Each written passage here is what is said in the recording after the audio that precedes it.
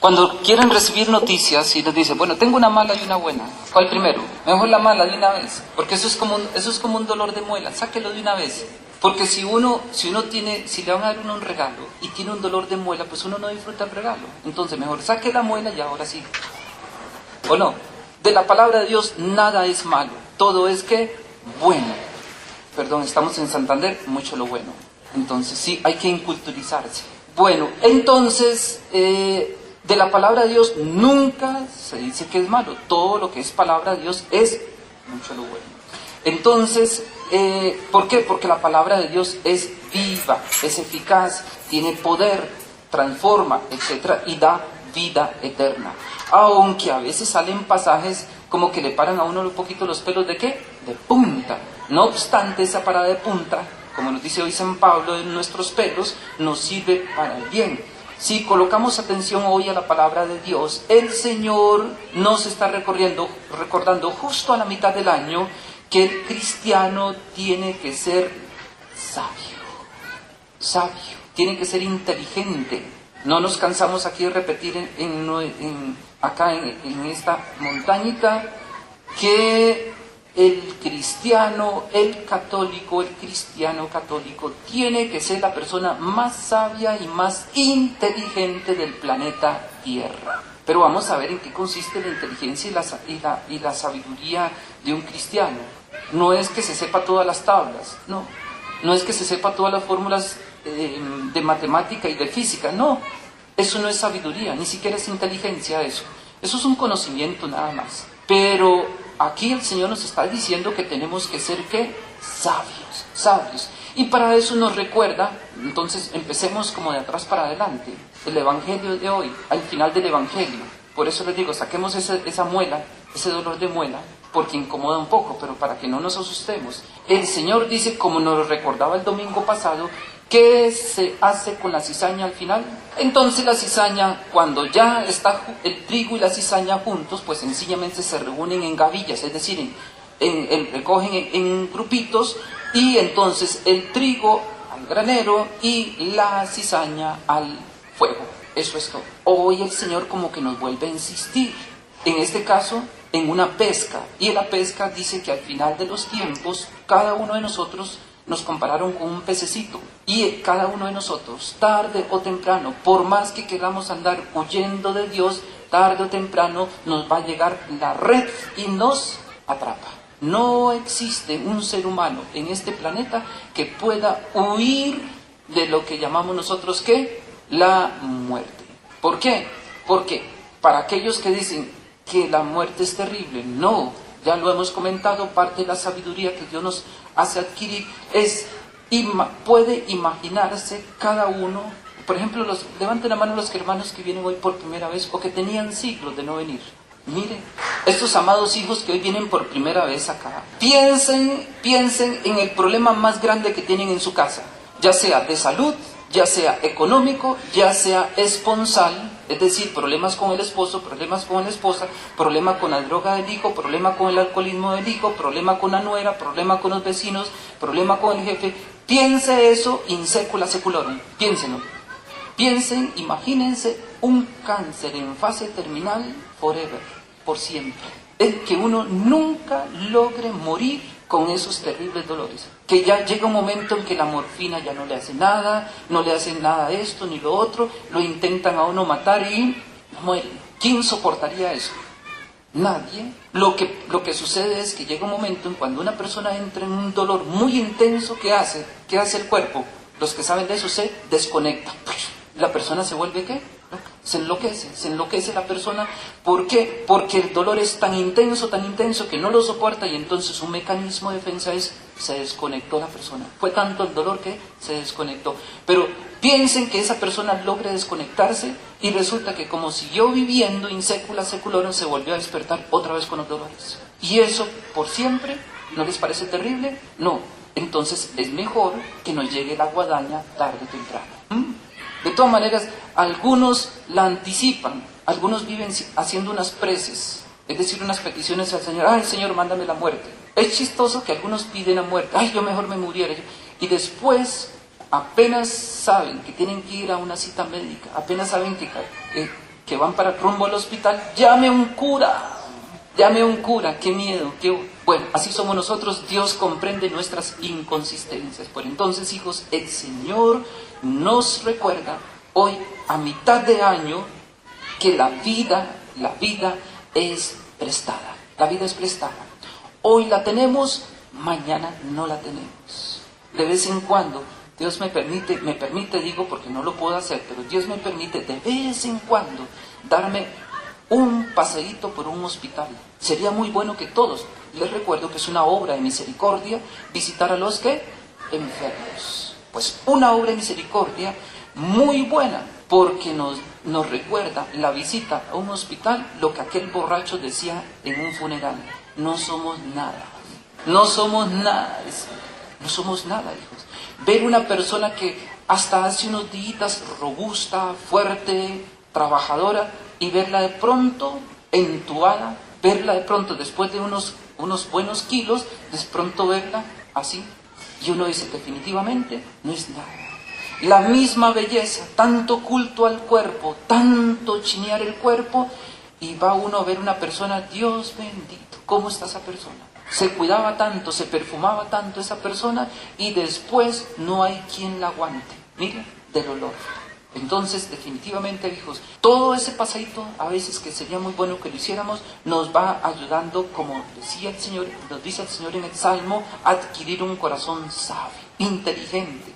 La Sagrada Escritura hay un salmo muy bonito que dice: Señor, enséñame a calcular mis años para que adquiera un corazón sensato, sabio. Pídele a Dios esa gracia. Señor, no, a algunos les da miedo, porque si el Señor les dice, bueno, te quedan 40 años, o te quedan 5 años, te quedan 3 años, te queda 1 año, qué miedo, mejor no le pide eso. No le tengan miedo, no tengan miedo. Pidan al Señor esa sabiduría. Señor, enséñeme a calcular mis años. Enséñame. De hecho, se podría calcular. Si nosotros nos fuéramos, como nos dice la Sagrada Escritura, bastante sabios y sencillos, cada uno podría calcular los años que puede vivir. ¿Sabían eso? Sí, cada uno lo podría calcular.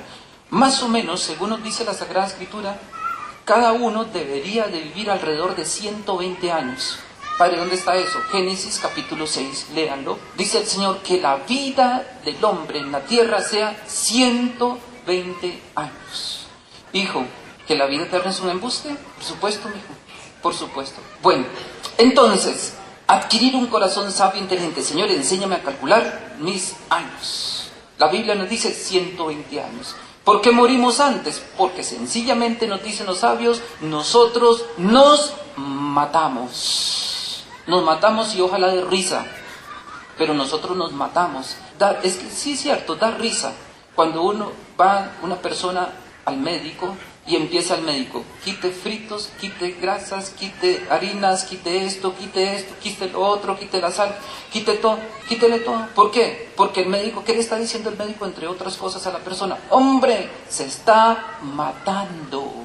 Eso el médico se lo dice de esa manera, se está matando. ¿Para qué seguir nosotros con esa necesidad? Es parte de la sabiduría que Dios dio al hombre, sabiduría natural, el arte de saber vivir en primer lugar según las leyes de Dios.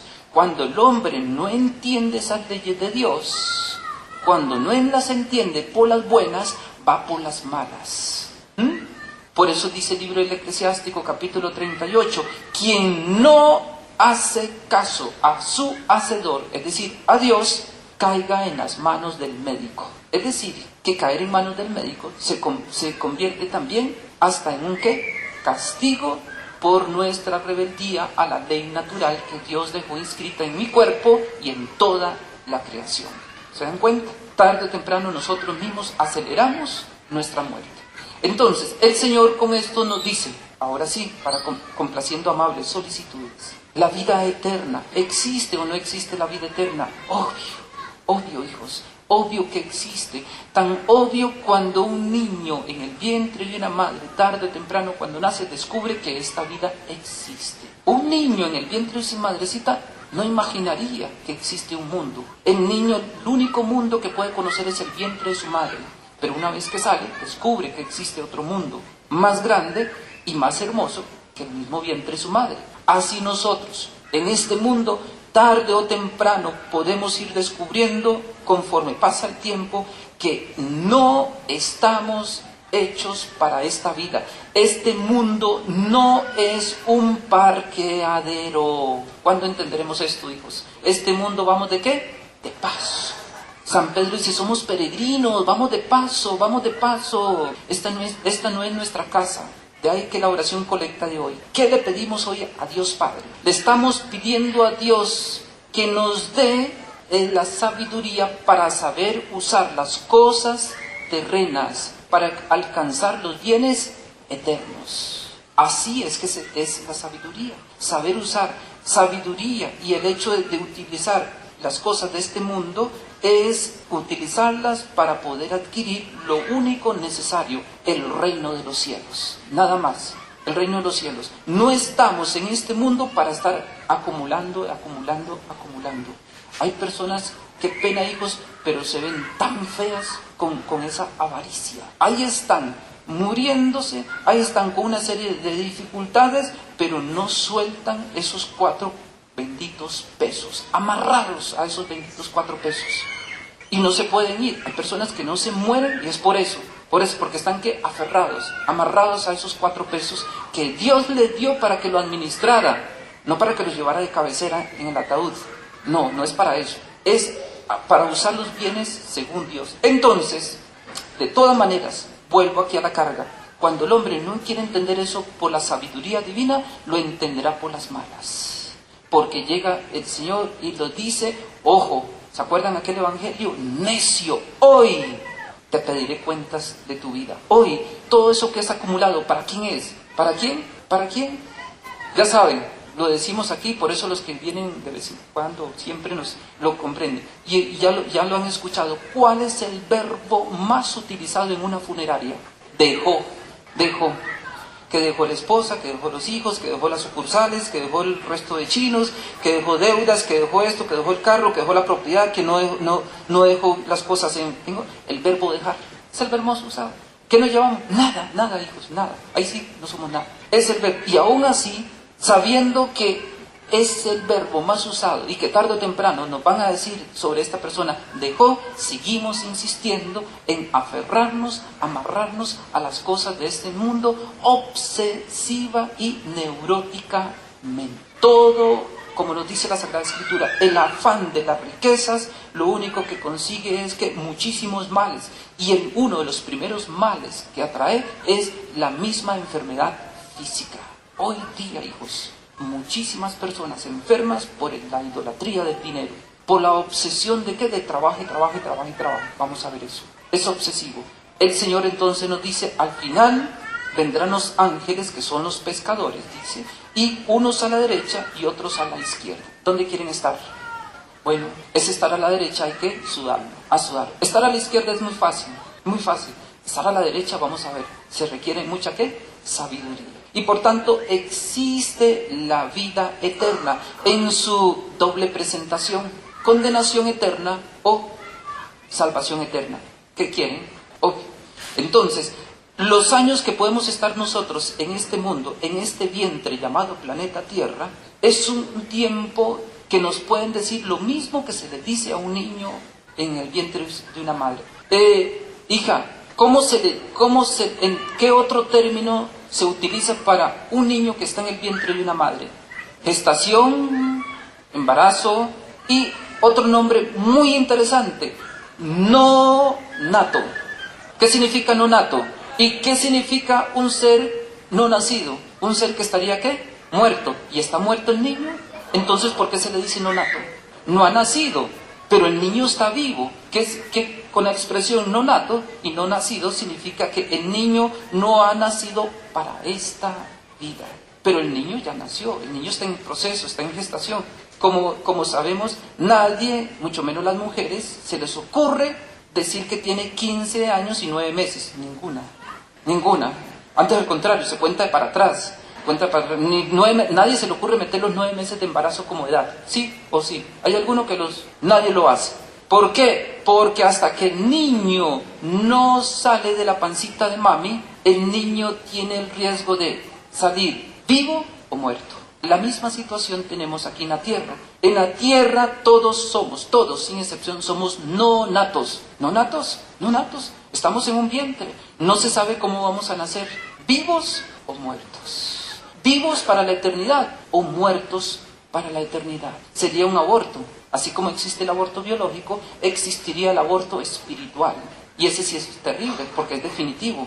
Al menos el aborto biológico hay una esperanza. El niño está en las manos de ¿quién? De Dios. Pero el aborto espiritual, por Dios, hijos. El aborto espiritual es para siempre. Es para siempre. Parte de la sabiduría divina es que uno comprenda, las mujeres embarazadas nos deben de recordar siempre que mi vida en la tierra son 9 meses nada más. Nada más, nada más. ¿Qué son 9 meses en comparación de la vida eterna? Nada. Entonces el Señor me dice, tenemos que prepararnos. ¿Por qué? Porque así como existe el cielo, también existe el infierno. Existe el infierno. Y ahí es lo que algunos todavía, qué pena, a veces hasta hermanos nuestros sacerdotes, que pueden decir y no lo crean, porque San Pablo dice, si alguno viene predicando un evangelio distinto al que yo os enseñé, anatema sic. ¿Qué significa anatema sic? Maldito sea. El infierno, hijos, existe. Padre, pero ¿por qué? ¿Por qué si Dios es amor? ¿Por qué si Dios es misericordia? ¿Por qué si Dios es bueno? ¿Por qué existe el infierno? Precisamente porque Dios es bueno, es amor y es misericordia, es, entre otras cosas, también ¿qué da a los hombres? Libertad, la libertad. Por eso, porque Dios, como Padre bueno que es y amoroso, nos dice, bueno hijo, yo te quiero, pero yo que te hice sin tu permiso, no te puedo salvar sin tu permiso. Eso es lo que hace Dios. Entonces, ¿qué es el infierno? El riesgo de la libertad de Dios. El infierno, por eso es tremendo, hijos. Tremendo hasta dónde puede llegar uno a amar a una persona. Hasta en el mismo infierno. Hasta en el mismo infierno. Dios podría en este momento, podría destruir el infierno. ¿Lo puede hacer? Claro, Él lo puede hacer. Lo puede hacer perfectamente, tranquilamente. ¿Por qué? Porque si Él hizo a Luzbel y su combo, e hizo a todos los que están hoy en el infierno, Él en este momento podría decir, así como dijo, hágase la luz, y la luz se hizo, puede decir, desaparezca el infierno, y el infierno desaparece así, de una. Lo puede hacer sin ningún problema. Pero ¿por qué Dios no lo hace? Por amor, por amor.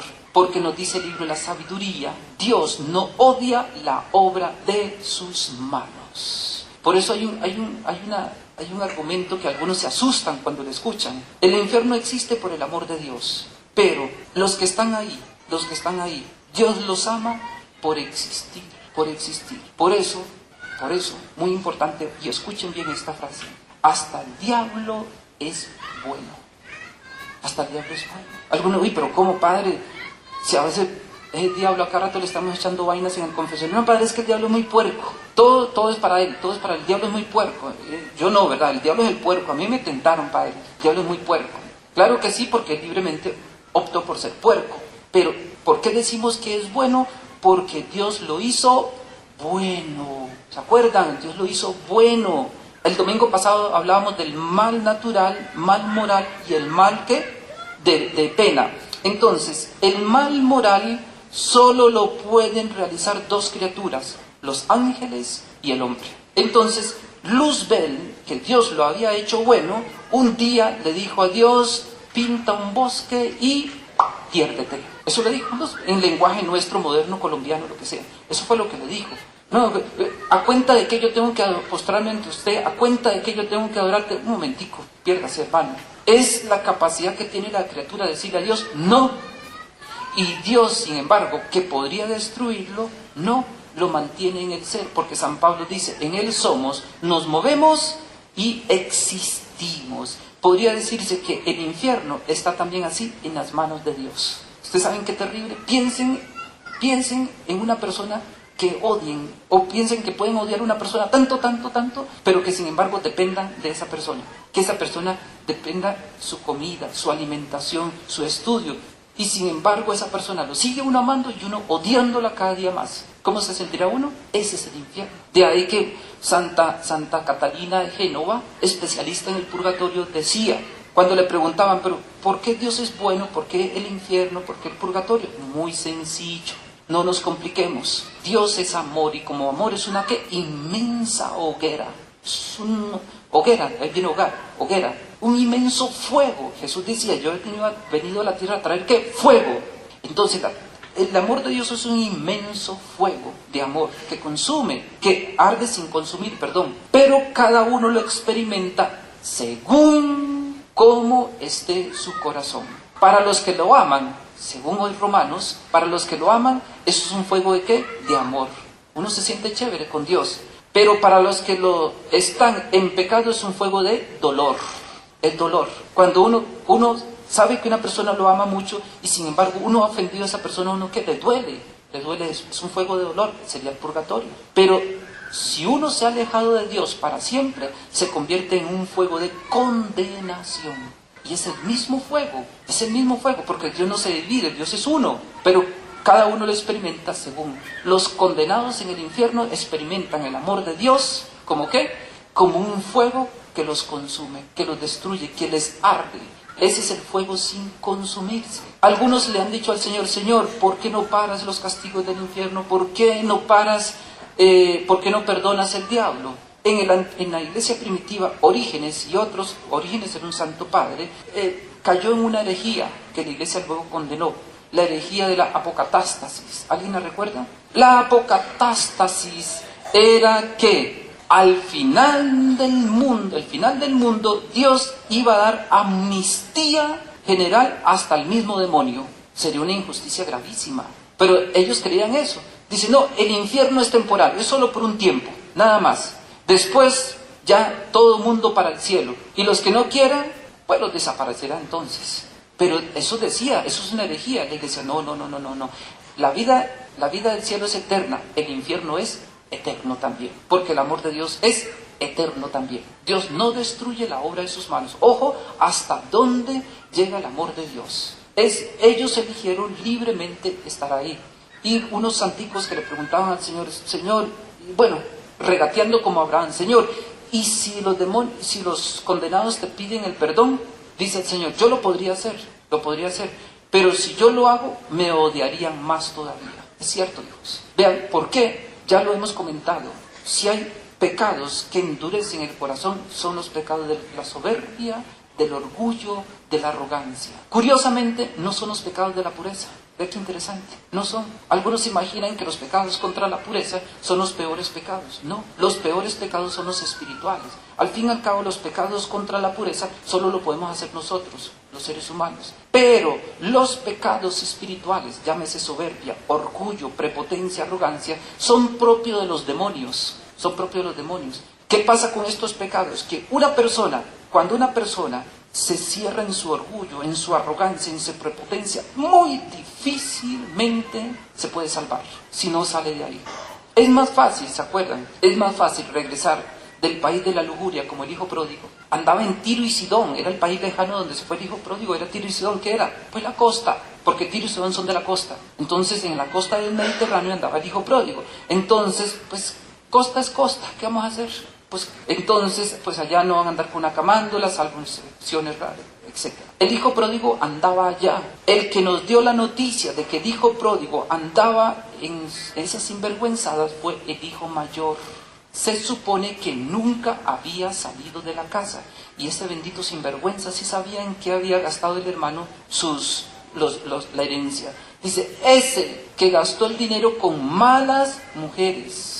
Habría que hacerle el análisis, con malas mujeres. Bueno, dice él. Pero sin embargo el hijo pródigo cansado, como dice la canción, cansado, ojeroso, flaco, sin ilusiones y sin dientes, regresó ¿a qué? A casa.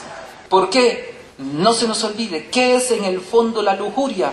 Búsqueda del amor desordenadamente. Pero los que están en la línea del hijo mayor, ¡ay Dios santo! Cuidado, hijos, cuidado con irnos, porque ese país no es un país lejano, es el mismo infierno, porque es el país del orgullo, de la soberbia, de la arrogancia, de la vanagloria, y los que llegan a ese país muy difícilmente regresan. Tanto es que se lo dijo el hijo mayor: papá, yo siempre estoy acá, yo nunca te desobedezco y a mí no me haces una fiesta. Vean, ese país es terrible. ¿Por qué? Porque los que caen en el orgullo y la arrogancia, ellos creen que Dios les debe. Ese es el problema, creen que Dios les debe. En cambio, los que vienen de otro país: sí, Señor, yo lo hice y aquí estoy. ¿Se dan cuenta? Entonces, ¿por qué es importante tener claro? Porque todo esto es parte de la sabiduría para saber distinguir en qué bando estamos y hacia qué bando nos dirigimos nosotros. Entonces, el amor de Dios es así.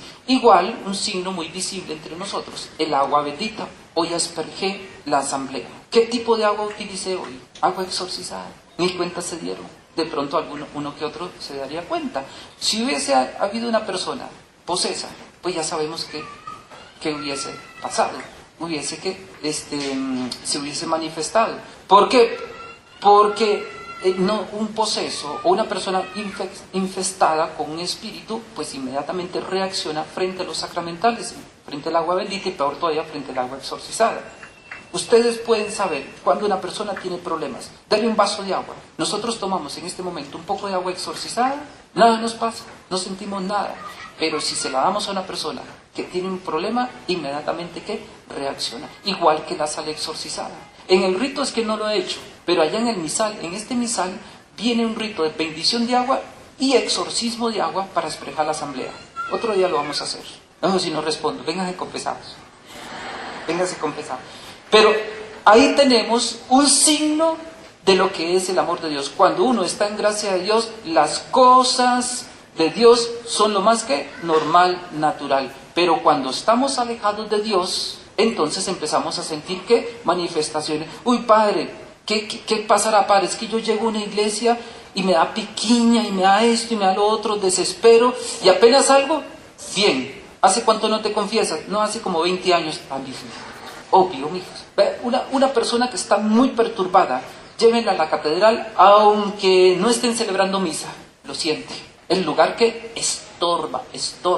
Por eso un gran discernimiento. Esos chicos que pasan 3, 4, 5, 6 horas en un prostíbulo, en una discoteca, eso mueve el esqueleto para arriba y para abajo y todo ese montón de cosas, y fresco, normales. Ahora sí, mijo, saliste a las 5 de la mañana de ese prostíbulo, ahora ve y pasa a la iglesia. Dígale que pasa a la iglesia. Primero que todo, si se da cuenta que hay una iglesia, prefiere dar un rodeo de 3, 4 cuadras. No la soporta, no soporta la iglesia. Ahí nos damos cuenta, son criterios de discernimiento espirituales, para saber qué hay en nosotros, en nuestro espíritu. Entonces, eso es lo que tenemos que tener presente. El infierno, hijos del alma, existe. Aunque vengan y nos digan que no, que eso, no, muchísima pena, eso existe. Que eso es, hermano, lo que quería decir es que muchos dicen que ese es cuento de curas para asustarnos. Ojalá fuera cuento de curas, hijo, ojalá, Dios quisiera. Es más, algunos dicen, padre, pero es que el Papa Benedicto XVI dijo que el Papa Juan Pablo II dijo que no existía. El Papa Juan Pablo II nunca dijo que el infierno no existe. Antes, al contrario, puso los puntos sobre las i's. Porque el Papa Juan Pablo II dijo que el infierno es un estado. Miren, peor todavía. Peor. Esto es un lugar, pero un estado es que este lugar esté dentro de mí. Imagínense. ¿Qué adefesio sería? El infierno es un estado, como el cielo es un estado permanente de felicidad y de amor. El infierno es un estado permanente de odio a Dios y a sí mismo. Eso es el infierno. Santo Tomás decía Santo Tomás, ¿qué es el infierno? Santo Tomás, una frase le impresionó muchísimo el infierno: por siempre, por siempre. Es decir, nunca más. ¿Qué es lo más terrible del infierno? Lo más terrible del infierno es nunca más volver a ver a Dios. El infierno no es el diablo tan feo y tan sucio y tan hediondo. No. El infierno no es el montón de demonios ahí de diferentes. No. Que los trinches, que eso. Ay, ojalá fueran trinches, hijos. Ojalá. ¿Para qué comprar vajilla? Ya hay. Ojalá fuera eso el infierno. Piensen un momento. el infierno es nunca más volver a ver a Dios el resto de la eternidad. Eso sí es terrible. Eso sí es infierno. Razón tienen algunos de decir que la tierra ya es un infierno. Claro, cuando una persona no tiene a Dios en su corazón, su vida es un infierno. Y huele a azufre y los demás sufren con esa persona. Claro que sí, hijos. Desde esta vida una persona puede saber si ya está siendo adobada para el infierno. Vive sin Dios. Mire, el infierno termina, dice el Señor, en una paila. Pececitos. El purgatorio, voy para allá. Pero vamos subiendo. Es un tour por el infierno, porque a veces se nos olvida el infierno. Porque para los que dicen que no existe, hay el cuentecito de que un pececito estaba otro pececito y vieron que había una barca. Entonces le dice a otro joven, no te acerques, porque dice mi abuelito que estos que van ahí te sacan y te ponen a un inmenso fuego, es una gran cacerola, en un fuego te ponen y nunca más se regresan. Eso es un cuento de los viejos. Dicen, no más. Y dicen que el pececito, muy avispadito, dice que se fue entonces a ver, dice, voy a ir, dice, y vas a ver, regreso y te cuento cómo es el asunto. Y el otro se quedó escondido y de verdad lo atraparon al pececito que jugaba de vivo y ahí está el pececito esperando al otro pez. No regresó. Porque cuando uno hace el viaje es para siempre, salvo que Dios quiera algo para una persona, le permite regresar por algo, pero son casos muy excepcionales. Una vez que la persona cruzó el umbral, no regresa. ¿Y para qué, amigos? ¿Para qué? A algunos les permite, por ejemplo, que murió en un accidente y de pronto entonces el Señor dice, no, todavía no es el momento, entonces regresa. Bueno, eso es otra cosa. Pero normalmente, pez atrapado, pez comido. Hijo, sí, ¿en qué sentido? Bueno, hijo, recuerda esto, ¿cuál es el criterio de discernimiento frente a las revelaciones privadas? ¿Cuál es la revelación pública? ¿Cuántas revelaciones públicas tenemos nosotros? La Biblia y la tradición apostólica. Y cierre el cofre, depósito de la fe. Lo demás se consideran revelaciones, ¿qué? Privadas. ¿Cuál es el criterio para aceptar una revelación privada? El criterio es, mientras esa revelación no te aparte ni de la fe ni de la moral, puedes aceptarla, pero privadamente. No obliga a la fe. No es que si yo no creo en las apariciones o en el mensaje de la Virgencita de Soracá me condeno. No. Me condeno cuando yo rechazo de plano la palabra de Dios. Lo que la Iglesia me enseña, que está consignado en la Biblia y en la tradición apostólica. Y recuerden, tradición con mayúscula, no tradición en minúscula. Que el Señor dice, las tradiciones se pueden, ¿qué? Cambiar. Pero la tradición, lo que yo os he comunicado, eso no se puede. Eso es palabra de ¿qué? De Dios. Esas dos cosas. ¿De acuerdo? Porque tendríamos que ampliar, sería otro tema. ¿Quedamos claros? Eso, si alguno tiene más dudas sobre el infierno, pues tome el catecismo católico y lea sobre la existencia del mal. Y es parte entonces, como dijimos, del amor y de la misericordia de Dios que nos quiere libres. El cuentecito una vez lo conté aquí en la comunidad, no es un cuento, dice el cuento de ovejas y pastores. El cuento que la ovejita se sale del redil. Entonces, como todos los cuentos de oveja, el pastor sale detrás de la oveja. Como todos los cuentos de ovejas, hay un lobo que quiere comerse la oveja. Como todo cuento de ovejitas, pues el pastor casca al lobo. Como todo cuento de ovejas, el pastor se carga a la ovejita. Como todo cuento de ovejas, el pastor se lleva a la ovejita al redil. Pero como no sucede en los cuentos de oveja, el pastor deja la puerta abierta nuevamente. Dios hace eso. La libertad, no se nos olvide. La clave de todo esto es libertad. Dios, que no nos hizo sin nosotros, no nos puede redimir sin nosotros. Es Dios pidiéndonos permiso. Por eso, vamos a ver ahora una cosa ahí muy importante de San Pablo. Dios quiere que todos los hombres se salven. Ahora, la pregunta es, ¿nosotros queremos?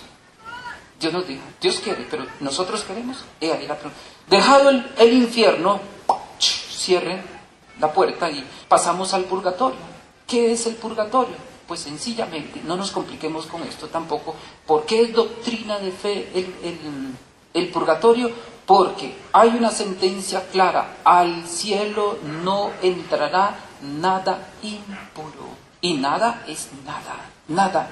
Si Dios dice, hasta los mismos ángeles les encuentra, ¿qué? Pelucitas, pequeña mugre, ¿qué será de nosotros terrícolas? ¿Qué no nos encontrará Dios? Pero sería justo que alguno perdiera la visión de Dios, el amor de Dios, porque le sacó la lengua al esposo o a la esposa, porque se enojó, porque es que se robó 1,000 pesos, 2,000 pesos o cosas por el estilo. ¿Sería justo? No. Entonces, Dios en su infinito amor y misericordia, pero eso sí, hace un nuevo estado, pero ese sí es temporal, porque una vez que se acaba el mundo, desaparece el purgatorio, del cual dice el Señor: el juez te entregará al carcelero, el alguacil, a la cárcel, y de ahí no saldrás hasta que hayas pagado el último centavo. Es decir, el purgatorio es el fuego de Dios que por el dolor hace que el alma se purifique. Ya que en la tierra no quiso purificarse por el amor, allá lo va a tener que hacer por el dolor. Eso es todo. Otro ejemplo práctico para entender el purgatorio, que lo asemejo también con los enfermos: un salón de belleza. ¿Para qué va una mujer a un salón de belleza? Para ponerse bonita, para arreglarse. Pero la mujer tiene que someterse a unas torturas, por Dios bendito. Primero yo siempre digo un microondas, luego el deseje, todas las desejes. Hay unas niñas con unas cejas tan lindas, yo no sé para qué se despelucan, y después con una boa, se quitan las cejas para después pasarse un... Dios, qué ridículas. De todas maneras, algunas llegan y se quitan todas las cejas, yo no sé cómo hacen. Un día me hicieron una así, uy, Dios santo, y se despelucan todas, y algunas parecen un osito, en todas llenas, y se quitan todo. Y luego las pestañas también, y bueno, otro montón de cosas. Y luego aquí la tortura china final es que a veces se le sale y le meten aquí con un chuzo, le recogen todo. ¡Ah! Bueno, después de todo ese tortura japonesa, ¿cómo sale la mujer? Linda, ¿no es cierto? Linda. ¿Qué es el purgatorio? El salón de belleza del alma. Ese es el purgatorio, salón de belleza del alma. ¿Por qué? Porque murió uno con 3,5, pero resulta que el cielo, hermano, es con 5. Es con 5, allá se entra con 5, 3,5 no vale, pero entonces 1,5, ay, profesor, y como Dios es un juez insobornable, no le va a llegar ahí el que hace ahí las movidas ahí: oiga, señor, entonces, bueno, pues no sé, ¿verdad? Y le enseña ahí la cartera. Dijo que nada, hijo, es insobornable, nada. 5 y es 5, 5 es 5. No, es que falta, hermano. Murió 3,3. 3,3. Profesor, ¿no va a hacer una curvita ahí? Insobornable. 4,9 tampoco. 5 es 5. Así es el cielo. Entonces, el purgatorio es eso. Ahora sí, ya.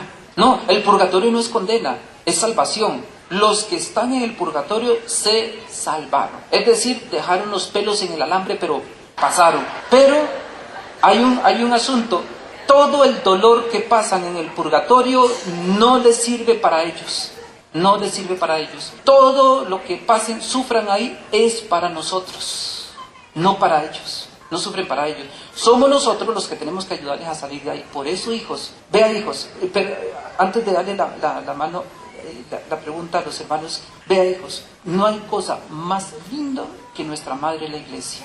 Terrible, hijos, terrible es morir fuera de la iglesia. Vea qué linda es nuestra madre la iglesia. Nuestra madrecita la iglesia prepara el nido donde se reciben los hijos. ¿Dónde? En matrimonio. En matrimonio. Es papá y mamá el nido donde Dios nos coloca. Después nos hace hijos por el bautismo. Luego nos alimenta con el cuerpo de Jesús. Nosotros los católicos no comemos cualquier bobada. Lástima que no creemos en esa perla que es la Eucaristía. Un hermano separado una vez decía: yo no creo que Jesús esté en la Eucaristía. Si creyera, pasaría todo el día de rodillas. Oigan, un hermano separado: si realmente Jesús está en la Eucaristía, como dicen los católicos, yo pasaría todo el día de rodillas ante Jesús. Háganme el favor, ¿qué reto nos están haciendo? Luego nuestra madre de la iglesia nos prepara, ¿qué? Con los sacramentos, el resto de sacramentos. Entonces, la confirmación, el orden sacerdotal, y cuando estamos ya alistando maletines, la unción de los enfermos, que dicho sea de paso, no necesariamente porque una persona está a punto de, ¿cómo morimos nosotros los cristianos? Recoger los pies. Los paganos, los mundanos estiraron las patas, colgaron los guayos, así mueren los mundanos. Nosotros los católicos cristianos morimos como morían los patriarcas. Isaac, Jacob, David dice, encogieron sus piernas, recogieron sus piernas. Es el sentido fetal, es decir, se vuelve otra vez a ser como un niño. Así muere un cristiano. Pero la unción de los enfermos se coloca todas las veces necesarias.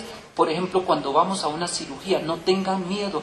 Increíble que a estas alturas del siglo XXI hayan católicos que tengan miedo de llamar a un cura para que le coloque la unción de los enfermos. Va uno, la unción, ay no, padre, no, porque después se va a asustar que se puede morir. Por Dios, hijos, ¿cuál es el problema? Ya le hemos dicho, la muerte necesaria, natural e inevitable. ¿Cuál es el problema, pues? No parece que no hay que ser tan negativo, tenemos que hablar de muerte en la casa. Por Dios, hermano, despierte y aterriza, bienvenido a la tierra. La unción de los enfermos se coloca siempre, pero especialmente cuando ya estamos, ¿qué? A punto de hacer el viaje. Nuestra Madre, la Iglesia, mire, nos unge y nos despide. ¿Y hasta dónde llega la solicitud de nuestra Madre, la Iglesia? Que después de que entierran o queman nuestros huesitos, después de que hacen eso con nosotros, la Iglesia sigue orando por los hermanos difuntos. Dígame qué religión ora por los difuntos siempre. Y a nosotros los católicos, los sacerdotes, nos dejaron esto hasta que celebremos la última misa de nuestra vida. Orar todos los días por los difuntos, todos los días. Si alguno duda sobre las almas del purgatorio, la próxima vez que vayan a Roma, en el centro de Roma, hay una capilla para las almas del purgatorio. En esa capilla es un museo ya, para ahí celebrar misa, todas las manifestaciones de las almas del purgatorio. Todas. ¿Cómo se han manifestado? Algunas con una mano, entonces en los ornamentos del curita, quedan los ornamentos, y otras muchas cosas. Entonces existe. Por eso es feo morir fuera de la iglesia. ¿Por qué? Porque fuera de la iglesia se cumple aquel dicho muy feo, pero muy cierto. El muerto al hoyo y el vivo al bollo. Ay, lo tiran a uno, ya, ya está, ya muerto, ya déjelo ahí, ya no hay nada que hacer. No, terrible, hijos, terrible. Una madre nunca abandona a sus hijos. La Madre Iglesia nunca abandona a sus hijos. Y sabe que la mayoría de los hijos, sus hijos, van al purgatorio. Y hay que sacarlos.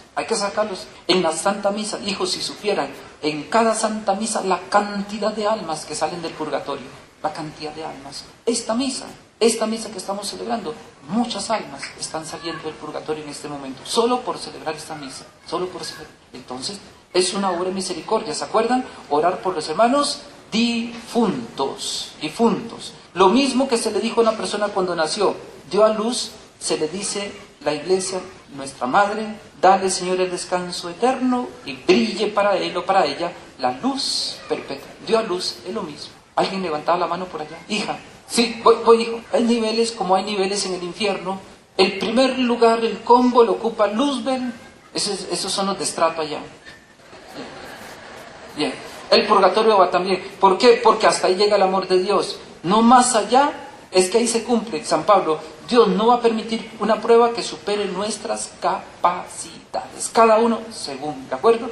Como el cielo también, hijos. El cielo, dice Jesús, hay muchas estancias. Ahí hablamos también de estratos. Y de arriba, miren. Hijo, pregunta. ¿Anular el matrimonio? Sí, ¿qué pasó? Ok. Esa pregunta aparece en el Génesis antes de la creación. Era un caos. Porque metiste dos cosas, nulidad y divorcio. Dos cosas distintas.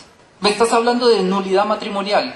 Bueno, ¿cómo queda la situación de esas personas con respecto a Dios? Muy bien.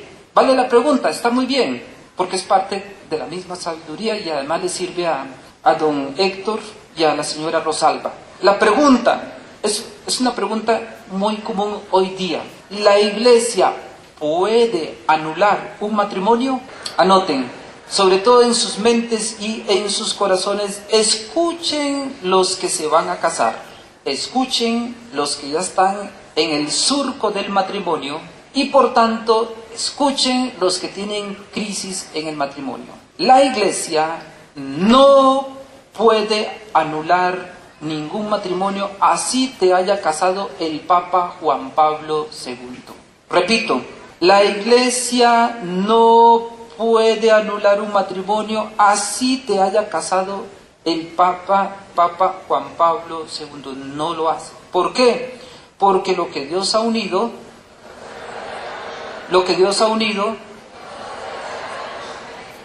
Padre, pero yo he escuchado que o tengo conocidos familiares, amigos, o sé de tal personaje en Colombia que le anularon el matrimonio.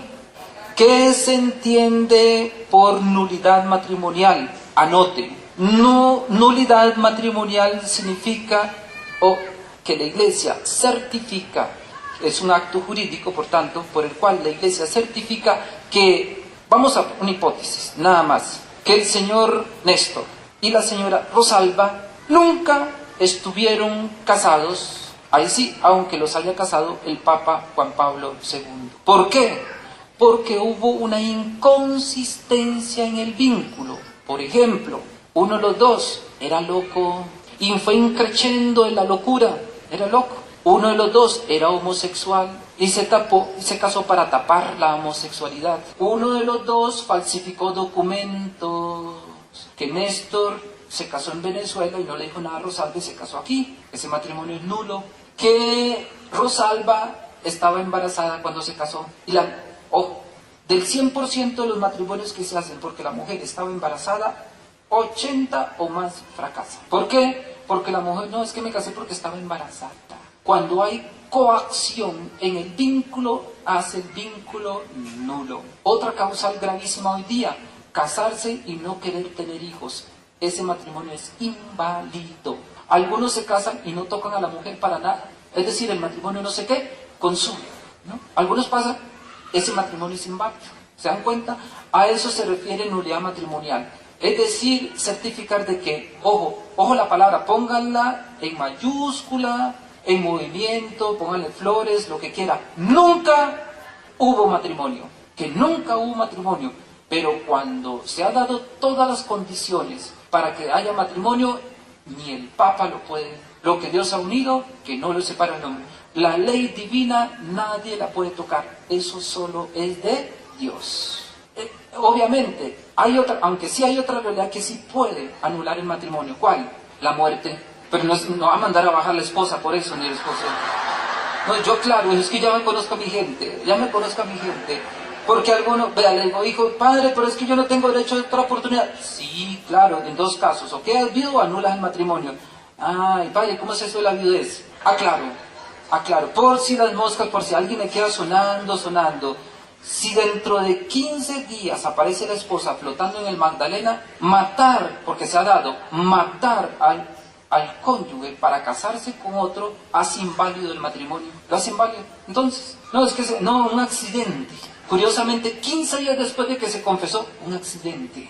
Qué raro. Si esa persona se casa, hace inválido el matrimonio. Por eso cuando alguien queda viudo así, sospechosamente, la parroquia le dice, muy bien, tráigame toda la parte de la fiscalía. ¿Qué dijo la fiscalía? Y si queda eso todavía en investigación, hasta que no se haga un examen exhaustivo de cómo murió la persona, padre, pero muerte natural, ahí dice, mire, muerte natural, pues la tiró al río y era natural que se ahogara. Las personas que la Iglesia les anula el matrimonio pueden casarse sin ningún problema, pero ojo, hay causales de nulidad y no caen en cuenta a veces los bobitos. Hay causales de nulidad que impiden a las personas volverse a casar. ¿Por qué te anularon el matrimonio? No, padre, es que yo tengo trastorno bipolar y entonces ya no se puede casar. Mi hijo, si te rajaste en el primero, te vas a rajar en el segundo también. No se puede. No, es que, ¿cuál fue tu causal? No fue problema de homosexualismo, no se puede volver a casar. No se puede volver a casar. ¿Para qué? Por lo menos el sacramento católico no lo puede hacer. Si fue inválido por estas situaciones, por estas también serán inválidas. ¿La qué? Bigamia. O sea, con dos. ¿Dos? ¿Se casan cuánto? 2 veces. Ah, pero eso serían las uniones civiles. Católicas no. ¿Cómo? No. Un católico solo una vez se puede. Si se casa alguien en Estados Unidos y se viene a casar aquí, ya es inválido. Ya no se puede hacer eso. Ah, ok, vamos para allá. Muy excelente la pregunta. ¿Qué pasa cuando una pareja se le declara nulo el matrimonio y tiene hijos? Bueno, esa pareja sí quiere y la causal no ha sido supremamente grave, pero sí hubo por ejemplo, que la mujer se sintió coaccionada para casarse porque estaba embarazada, pero resulta que la pareja después de 50 años dice, hombre, ¿para qué nos vamos a separar? Entonces tienen que reanudar el vínculo y casarse nuevamente si quieren. Si quiere. Ahora, ante los hijos obviamente no tienen la culpa, pero el criterio para unirse a una pareja no es porque existan los hijos, ese no es el criterio. No, porque peor sería que es infierno. Por eso, en los matrimonios válidos, la iglesia ¿qué recomienda? La separación.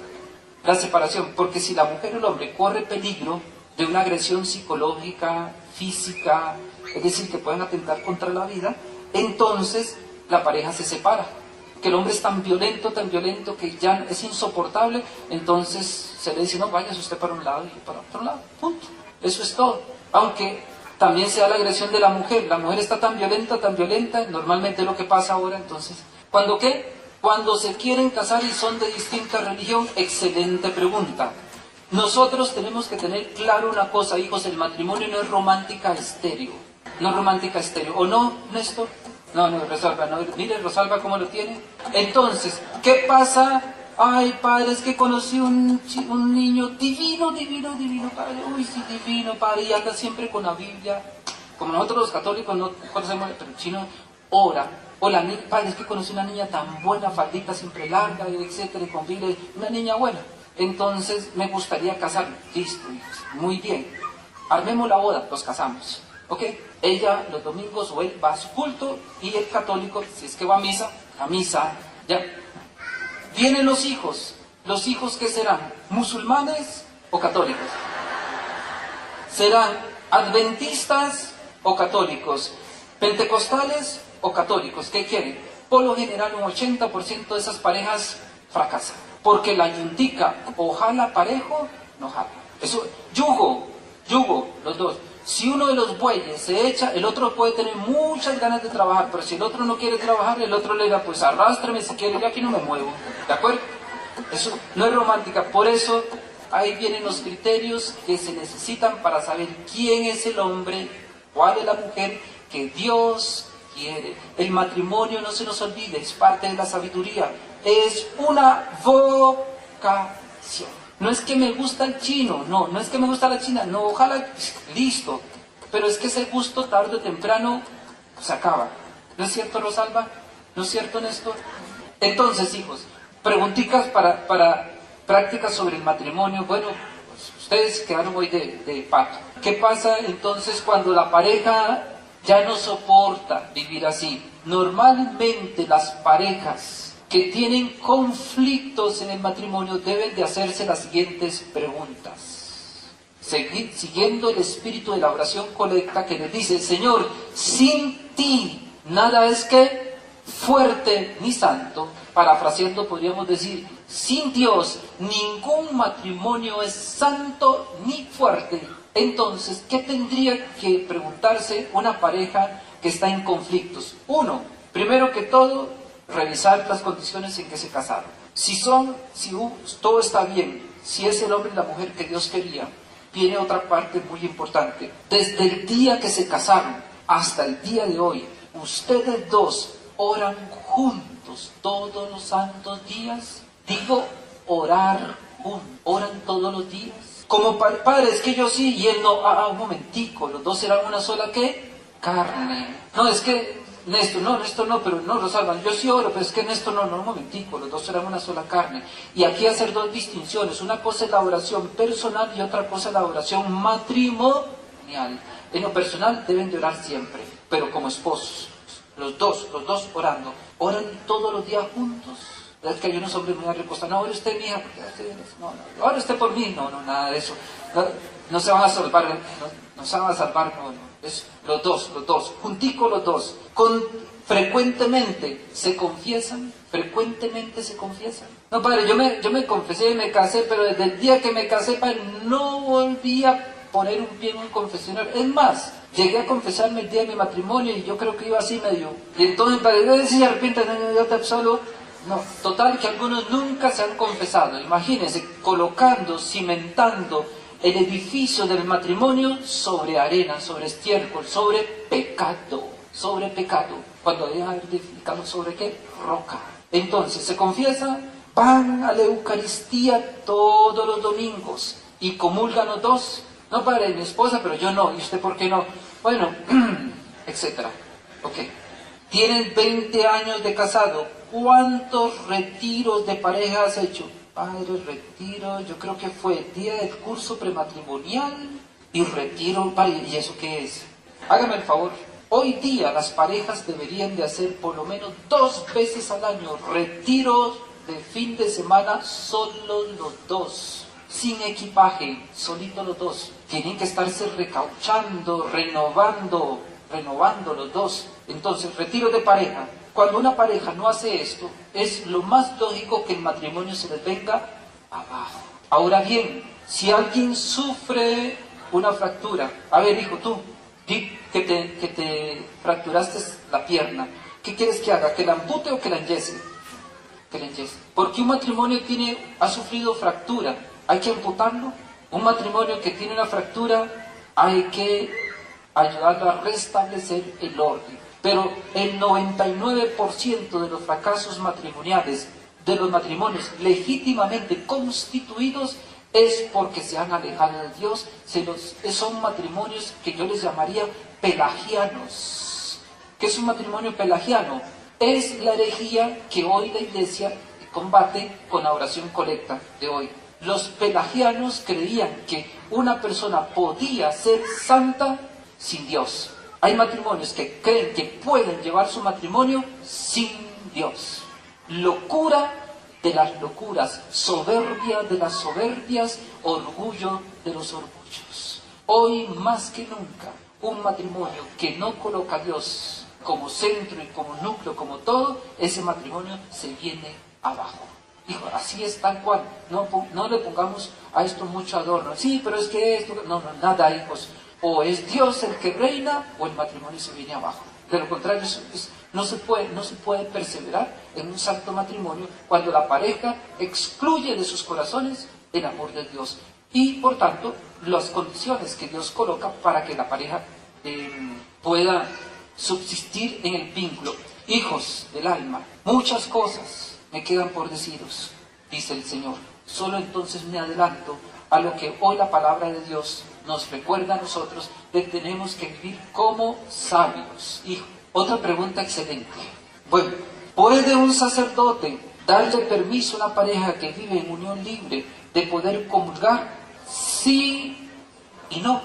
No, porque la unión libre, como el adulterio, excluyen de la comunión del cuerpo y de la sangre de Jesús. Y no es porque la Iglesia sino porque la misma persona se autoexcluye. Entonces no puede. ¿Cuándo se puede ver que una pareja que vive en unión libre puede confesarse, incluso puede confesarse y puede comulgar? Cuando, teniendo un director o un confesor, esa pareja se compromete a no volver a tener relaciones sexuales hasta el día que se casen o se separen. Entonces, ¿qué hace? Uno se va a vivir a una alcoba y el otro a otra pieza. Normalmente que la mujer se quede en la pieza y el hombre, vale, padre, pero no hay, pues en la casa del perro, pero hermano, aparte. ¿Por qué? Algunos me dicen, padre, está bien, no tenemos relaciones sexuales, pero déjenos junticos. Ay, Dios santo, una pareja de 25 años, por Dios, junticos. El Señor dice, cuando alguien se confiesa, en este caso, alguien se le hace un exorcismo, porque la confesión es un exorcismo, el demonio que sale. Y la casa queda ¿qué? Y el demonio, como no tiene donde descansar, regresa y ve la casa limpia. Y resulta que allí en el desierto andan otros 7 demonios que no tienen dónde descansar, y el otro las... Entonces se vienen los 7 más 1, 8 vicios capitales, y la situación viene a ser peor que antes. O como dicen los médicos, la recaída es peor que la enfermedad. ¿De acuerdo? Una parejita que apenas tiene 25 añitos de edad cada uno, que se comprometen a no tener relaciones, pero que sigan durmiendo en la misma pieza, por Dios, hermano, por Dios, por Dios, por Dios. Hija, ¿sí? No, porque esos matrimonios, los matrimonios que están realizando los hermanos separados son matrimonios civiles, uniones civiles. No vale, para nosotros no vale. Hija, cuando una persona, tú eres casada, el otro casado, por eso, pero el vínculo católico hasta que la muerte los separe. Ya sabes en qué condiciones puedes casarte, o viuda o anula el matrimonio. Y después de revisar, hija, tienes que revisar lo que hemos dicho. Oraban juntos, se confesaban, todas esas cosas. Porque ¿con qué derecho va a exigir una pareja, otra pareja, cuando no siguieron los pasos? Esto es tan lógico como cuando a uno le dan un electrodoméstico. Siga el manual del electrodoméstico y tendrá un buen funcionamiento. Cuando el matrimonio tiene su propio manual, cuando las parejas se alejan de ese manual, no siguen el manual, el matrimonio se les destruye. ¿Tienen derecho a pedir otra vez? No, porque van a seguir con el mismo cuento. Normalmente, y esto pasa más en los hombres, normalmente cuando el hombre deja a su legítima esposa, después vivan las mujeres, viaje por ellas. Hay unos que llevan por la tercera y cuarta. Es un genital, es un inmenso genital con patas. No es un loco, es un obsesivo por el sexo, no se satisface. Quien fue infiel en lo primero será infiel en la segunda. Y la segunda piensa, la sucursal segunda piensa que es, como le dijeron, que era la única, que no había otra como ella se cree ese cuento y después, ay no, y aparece, oiga, mira, ¿y usted qué? De ahí va, mija, ahí va, eso es así. Hijo, perdón, ¿en qué sentido me dices? Sí, no, cuidado. Yo estoy, sí, cuidado con eso. En el sacramento, por ejemplo, cuando una pareja vive, ¿qué? En adulterio. Cuando la pareja se compromete, porque hay situaciones en que, por ejemplo, se dejaron y viven personas años que se comprometen, y algunos son hasta de comunión diaria. Viven como si fueran 2 hermanos. Y ahí pueden confesarse y comulgar. La iglesia no los excluye. Viven como 2 hermanos. Uno en una pieza, el otro buenos días, buenas tardes. Listo, viven. ¿Por qué? Porque han comprendido que más importante que una relación íntima es que la gracia de Dios. Es lo que el Evangelio hoy nos dice. La perla encontrada de Jesús vale más que cualquier placer de este mundo. Es vender todo lo que uno tiene. ¿Para qué? Para poder adquirir la sabiduría y la amistad con Dios. Porque la perla que hoy nos habla el Señor, entre otras cosas, es la amistad con Dios.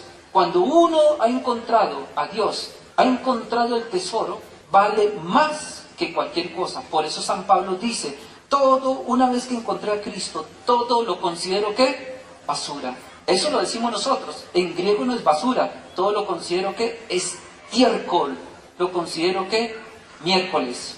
No, en matrimonio están los deberes. Obviamente, si es esposo, porque cuidado también, si está la esposa legítimamente, está este matrimonio legítimamente constituido, se debe mutua, ¿qué?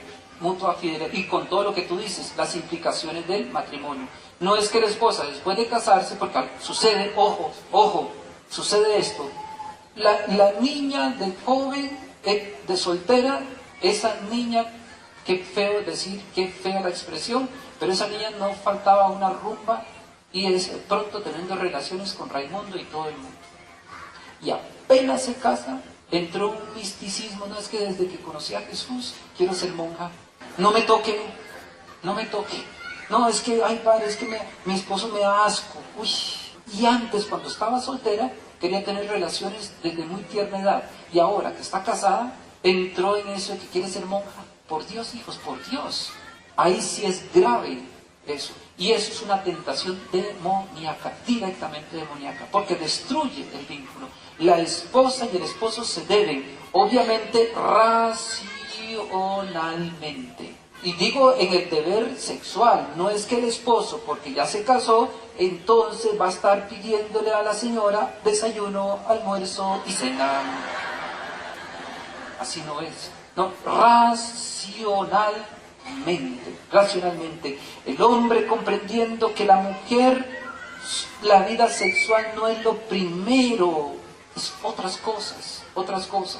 La amistad, bueno, Néstor y Rosalba son los que podrían decirnos mucho acá, este par de veteranos de guerra, del matrimonio.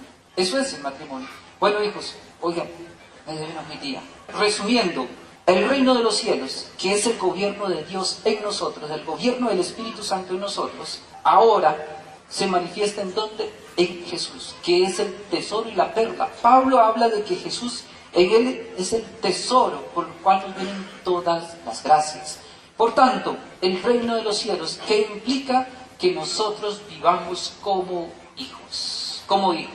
Aquí les doy un pequeño programita de Santa Teresita el Niño Jesús para vivir esto del reino de los cielos. Por ejemplo, decía Teresita de Jesús, Dios lo ve todo.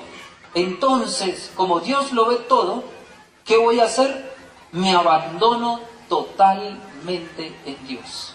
Eso de anda, vende todo por el reino, es eso, un santísimo abandono en Dios. Y aquí, sobre todo y especialmente, abandono de las costumbres del hombre viejo, que San Pablo enumera en Gálatas. Robos, fornicaciones, borracheras, todo eso, dejarlo por Dios. 2, dice Teresita, una sola cosa quiero, una sola cosa. ¿Cuál? Hacer la voluntad de Dios. Segundo punto del programa de vivir el reino de los cielos. El reino de los cielos, entre otras cosas, es hacer la voluntad de Dios. Por tanto, yo solo quiero una cosa, lo que Dios quiere, nada más. 3, contentar en todo a Dios. Vivir el reino de los cielos, amados hijos, es hacer a mi Padre del cielo feliz. Esa es la vida. Y el serlo el colmo. Y la felicidad de Dios será mi felicidad. Por ejemplo, la alegría que hay en el cielo por un pecador que se convierta. Cuando ayudamos a Dios a que otros se conviertan. 4, querer todo lo que Dios quiera, unido a la voluntad de Dios. Querer todo lo que Dios quiera. 5, no entrar en el cielo un minuto antes de la voluntad de Dios. ¿Qué significa eso? Que no me voy a pegar el tiro porque ya estoy aburrido de esta vida. No, advierto, hijos, el suicidio es una ofensa grave al amor de Dios, al amor a nosotros mismos y al amor a los demás. Es una injusticia, hijos. La persona que se suicida es una bofetada, es una cachetada a nuestro Padre del cielo, porque hoy nos dice San Pablo, Él nos llamó, Él nos predestinó a ser santos. Nadie tiene derecho a atentar, contra su vida. Nadie. Obviamente, Padre, la persona que se suicida, se condena, no se sabe. Antes no se podía hacer un funeral por una persona que se suicidaba. No se podía hacer. ¿Por qué? Porque había la conciencia que era un pecado, ¿qué? Mortal. Hoy eso se ha replanteado. ¿Por qué? Porque se sabe que una persona, si la han sometido a una presión muy fuerte, puede, ¿qué? Desconectarse. Bueno, la Iglesia lo deja eso en la misericordia. Pero Teresita de Jesús dice, no voy a entrar al cielo un minuto antes de que Dios quiera. No, hasta que Dios, yo estaré en la tierra hasta que Dios quiera. El otro punto, no querer entrar, no preferir una cosa a otra, sino lo que Dios quiera. Es que yo prefiero eso. No, el que vive el reino de los cielos solo quiere lo que Dios quiere, nada más. Que nos guste tanto, dice, la noche como el día. Es de día, bendito Dios. Está haciendo calor, bendito Dios. Está haciendo frío, bendito Dios. Hoy lo único que hay es aguapanela con un pan, bendito Dios. Que mañana habrá abundancia, bendito Dios. Quiero lo que Dios quiere. Eso, así vive una persona que en lo que hoy el Señor nos explica de qué, de la sabiduría y del reino. Y una cosa muy importante, la oración. ¿Cómo obtener el reino de los cielos? ¿Qué pedir en la oración? Pongan atención, amados hijos, pongan atención cuando oren, revisen. Hoy la palabra de Dios nos manda a revisar la oración. ¿Qué pidió Salomón? Una sola cosa pidió Salomón: docilidad, obediencia. Salomón, que ibas a gobernar, ojo, los que están trabajando con políticos, díganle a los políticos que se van a lanzar, que vayan a la iglesia y pidan docilidad, docilidad.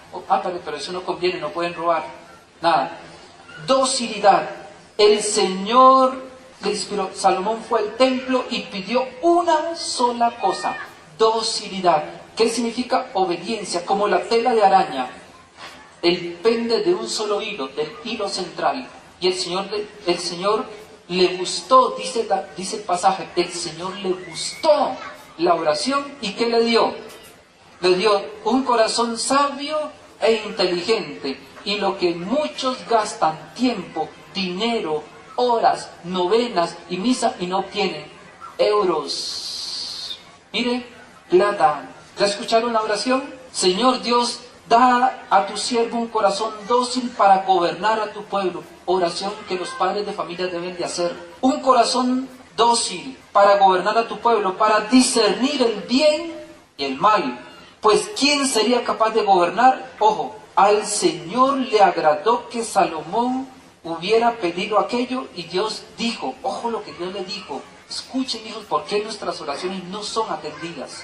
Por haber pedido esto y no haber pedido para ti larga vida, ni riquezas, ni que los vecinos se mueran, ni que la vida de tus enemigos, sino que pediste discernimiento para escuchar y gobernar, te cumplo tu petición. Le había dicho: escoge lo que tú quieras. Tú eres el pechichón aquí, escoge lo que quieras. Y Salomón dice: digan que cada uno de ustedes fuera un gran don. Son todos un don, pero un don que yo pudiera escoger. Yo he hecho cabeza. Salomón pide esto: docilidad. Entonces te doy un corazón sabio e inteligente, como no lo ha habido antes, ni lo habrá después. Pero resulta que, si vamos al libro, al resto de la oración y al libro de la sabiduría, que se los aconsejo, léanlo esta semana, todo el libro, pero especialmente los capítulos del 6 al 7, escuchen lo que el Señor le dijo a Salomón. Le dio, fuera de eso, le dio inmensas riquezas, como no ha tenido un hombre jamás riquezas, por solo pedir una cosa: docilidad. A veces, hijos, no le llegamos al corazón de Dios porque no llevamos la llave correcta. Y la llave correcta, hoy, la llave correcta es docilidad. Quien no va en la oración con la intención de hacer la voluntad de Dios, téngalo por seguro que no va a recibir absolutamente nada. Nada es nada. ¿Por qué? Porque la oración no es para que Dios le eche agua bendita a mis planes, sino para saber qué quiere Dios de mí. Por eso el libro de la sabiduría, en todos, pero especialmente en capítulo 7, me lo recuerda insistentemente el mismo Salomón. ¿Es para qué? Para descubrir la voluntad de Dios. ¿Por qué? Dice, porque ¿quién podrá descubrir la voluntad de Dios? Cuando yo hago la voluntad de Dios, me vendrá por añadidura las riquezas. Pero ojo, tampoco vamos a utilizar a Dios, porque eso es muy feo, hijos, en la oración. Algunos también no obtienen, porque sí, le piden a Dios estas cosas, pero Dios se las pilla, Dios se las huele, porque algunos lo único que andan pidiendo son bienes que materiales. La oración no es para eso. Eso es añadidura. Busquemos primero el reino de los cielos y lo demás vendrá por añadidura. Entonces, si quieren llegar al corazón de Dios con su oración, hoy nos tenemos ese modelo.